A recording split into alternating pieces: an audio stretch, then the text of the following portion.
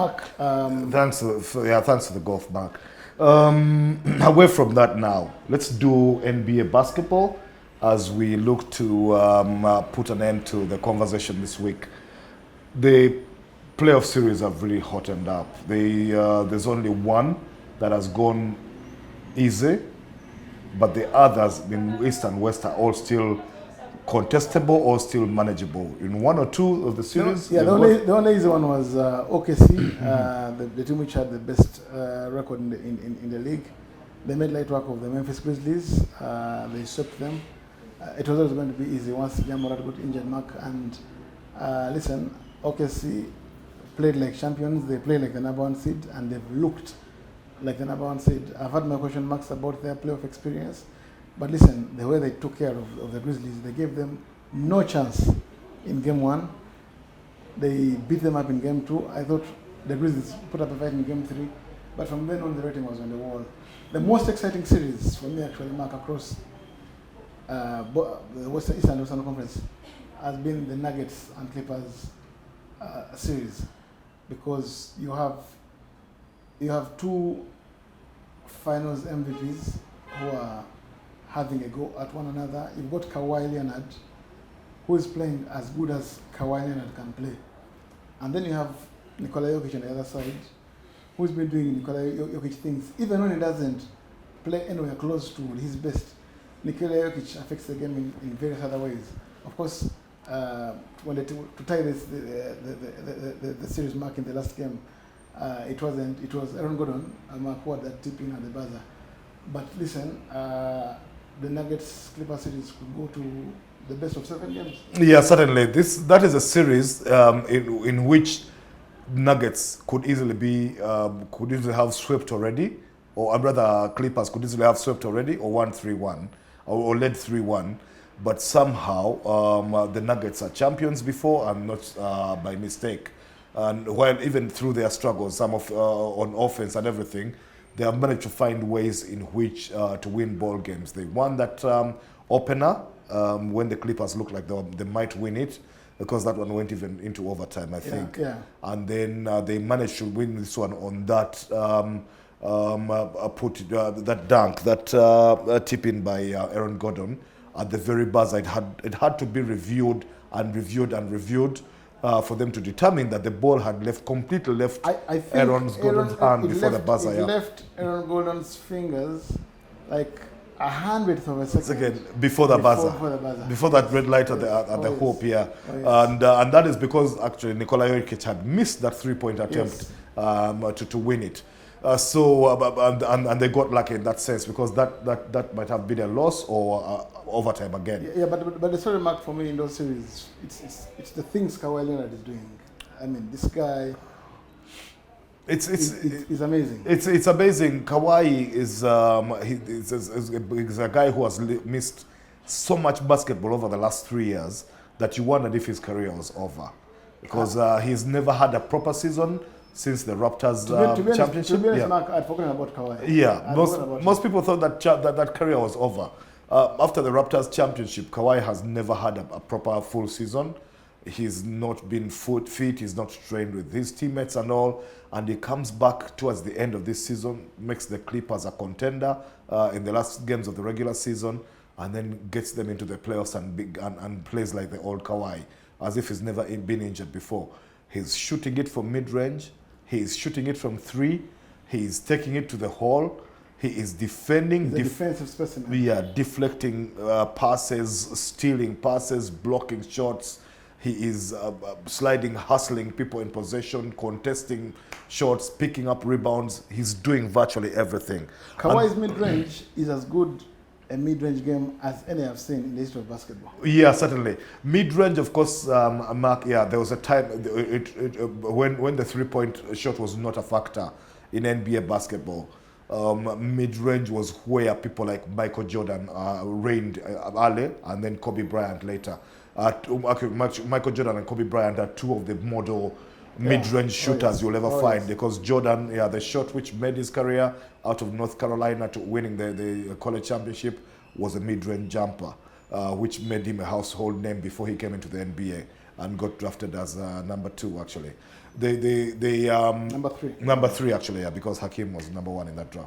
There was and then of course Kobe came and had modeled his game against Michael Jordan and shot mid ranges. Jordan's most important last shot of his career, because for many people the Wizards don't count, was again that mid-range jumper against the Utah Jazz in Game 6. Yeah, 98. 98 that won the 6th of his championships.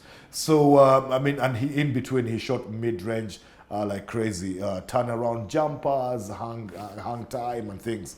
And Kobe, those guys had made it a household shot. Yeah. And of course later, even people like Carmelo Anthony was great at the mid-range and all. Yeah. In recent times, it's been almost a dead skill, because the NBA coaches now prefer either you get to the hole or you should step back and shoot a 3. Yeah, because they don't want you to rest. Mid-range is you're farther from the hoop, and yet you're not shooting 3. Yeah. And yet it's a low percentage shot. So they are saying, why you waste your time? Yeah. Step 2 steps back and shoot a 3 or go to the hole. So that's testament to how much Steph has either changed or damaged. Damaged the NBA, yeah. So, but thankfully it's been kept alive by some guys, because they're so good at it, coaches can't say anything to them. Yeah. Kevin Durant is number 1, of course. And then you've got DeMar DeRozan. Yeah. His career at the Chicago Bulls and now it's Sacramento Kings. Yeah. It's the mid-range. And then, of course, you've got people like Devin Booker, who's Kevin Durant's teammate, and Kawhi, like you just talked about. There's some guys Jimmy Butler. Jimmy Butler, yeah. Some guys have kept the mid-range alive. And relevant. And not even in the not so recent past, there used to be a kid called Sean Livingston. Now that one barely missed a shot. Yeah, the Detroit Pistons that won at the turn of the century, championships at the turn of the century. That guy barely missed a mid-range shot. Yeah. But it has gone out of fashion. But Kawhi, old-fashioned as he is trying to using that shot, lead the Clippers to the next round and perhaps to another shot at the title. And actually, in Game 2, when Kawhi, I think he poured, he dropped 39, 16 of his 19 shots were contested. They were tough shots. But he sank them. Tough shots, man. It's amazing, yeah. So that series is going to go to 7 games. And it's, however, I worry for... the Clippers lost a Game 7 to the Timberwolves last year. Yeah. And actually, they lost a very big lead. I don't think that would happen again to Nikola Jokic. If Jokic would be the standout player in a Game 7. And it is in the interest of the Clippers to not get there. I'm telling you, if they want to win this series, they shouldn't, because what happened to Nikola Jokic last year, I don't think he can allow to happen again. But anyway, that is that series. Do the Warriors stand a chance with a 50-50 Butler? By the time, if the Warriors overcame this series, by the time they get midway through the next one, Butler would be perhaps fully fit again. He's somebody that they're looking to come and help them even close this series against the Houston Rockets, because it's tough for them. Defensively, the Rockets have been a nightmare. They're playing basketball like it's 1989. They are defending like it's 1989 Pistons or 1990. Some of the things they're doing to Steph are illegal. It's criminality. Actually, what they're doing to Steph Curry, the Houston Rockets, is assault. It is assault. It is Bill Laimbeer and Joe Dumas and Isaiah Thomas and Dennis Rodman in 1990. On Jordan, That's what basically they're doing. The thing is, the difference with Steph and Jordan is that Jordan is not trying to dunk on them. Steph is not trying to dunk on them, but in terms of offensive output, it's the same damage. But Mark, to Steph's credit, somehow he's finding ways of hurting them. He is, because even by his standards, he's having to run a lot more. And so the Rockets, they've got length. Whichever guy they throw on him, and mostly it's 2, because they're double teaming him even before the center line. And even when he gets a screen and has one defender in front of him, there's a blitz, a second defender arrives quickly. So Steph is having to run and stop and change direction and run and stop quicker than he has been doing, even when people couldn't keep up with him, just to lose the Rockets. And Mark, even worse than that, one of the things that perhaps people might not have noticed, that Steph has had to take about 0.2 seconds off his release time. So he's running quicker and releasing the ball quicker off the 3-point shot before a defender gets there to block it. or before that window is closed. And he is doing this every game. He's the most conditioned athlete. No, his conditioning is out of this world. Mark, It doesn't feel normal what he's doing, but are the Lakers done? he needs support. He needs the help, like the one which came from Draymond Green, and especially in the fourth quarter from Gary Payton Jr. Oh yes. Because he came up big. He will need, when open people have got to take and make their shots and have got to convert them. That's why Jimmy Butler misses a lot. Yeah. But Draymond Green came up big defensively and also in facilitating in that game. And in that fourth quarter, Payton then stepped up to help Steph score. So they need that. Yeah. Are the Lakers done? No. Unlike you, Mark. No, they're done. Never in my life will I ever declare a series involving LeBron done, finished before it's done. No, LeBron James. This LeBron is in 8 years. It's not 20. Listen, LeBron James. I mean, there was he. Of course, there's got the famous comeback against the Warriors from 3-1 down to win the championship, to beat the Warriors and then go on to win. It was aided by a dodgy suspension to Draymond Green. There's nothing of the kind. The Timberwolves are fit. They have all their weapons, all their pieces in place. There's nothing to say. Younger. Mark, there's nothing to say that the Timberwolves can't get a major suspension. In this series alone, already 2 things have been committed. One was the use of profanity in language by Anthony Edwards on a fan. While he got a fine, a financial fine, one of these things can happen and you get a suspension. And if Anthony Edwards missed even one of those games, the Lakers will be back into it. That's 1. 2, at the very end of the game, this game 4, Rudy Gobert put his elbow in LeBron's back, the back of LeBron's head, got a technical and got away with it. These kinds of things can get you. I mean, you don't go hurting the king the way Rudy Gobert was trying. This is an 81-year-old king. But I think they would even survive without Gobert, but not without Anthony Edwards. The thing though is that they are not out. This team has got LeBron James. This team has got Luka Doncic. This team can win 2 more games to tie this series. To win 2 games in a row, the Lakers now, can you put it beyond them? No.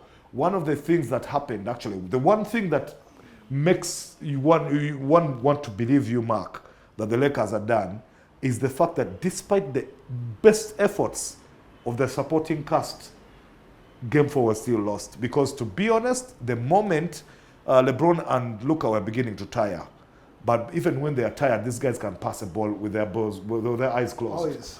The moment they started finding Austin Reeves and Rui Hachimura in the corners, and these guys were dropping those threes, I thought the Timberwolves had lost Game 4. But somehow Anthony Edwards kept them in it, and Naz Reid towards the end.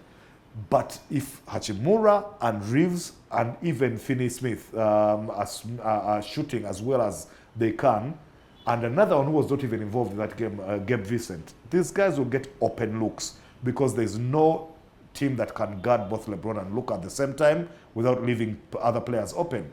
If these open looks are sunk, the Lakers will be back in this series. Enough of the West, Mark. And all they need is to win Game 5, by the way, in the East, in LA. No surprises from Boston, and no surprises from the Cleveland. The story there for me, Mark, is that the Pacers are 3-1 up on the Bucks. The Bucks don't have Lillard. That series is done and dusted.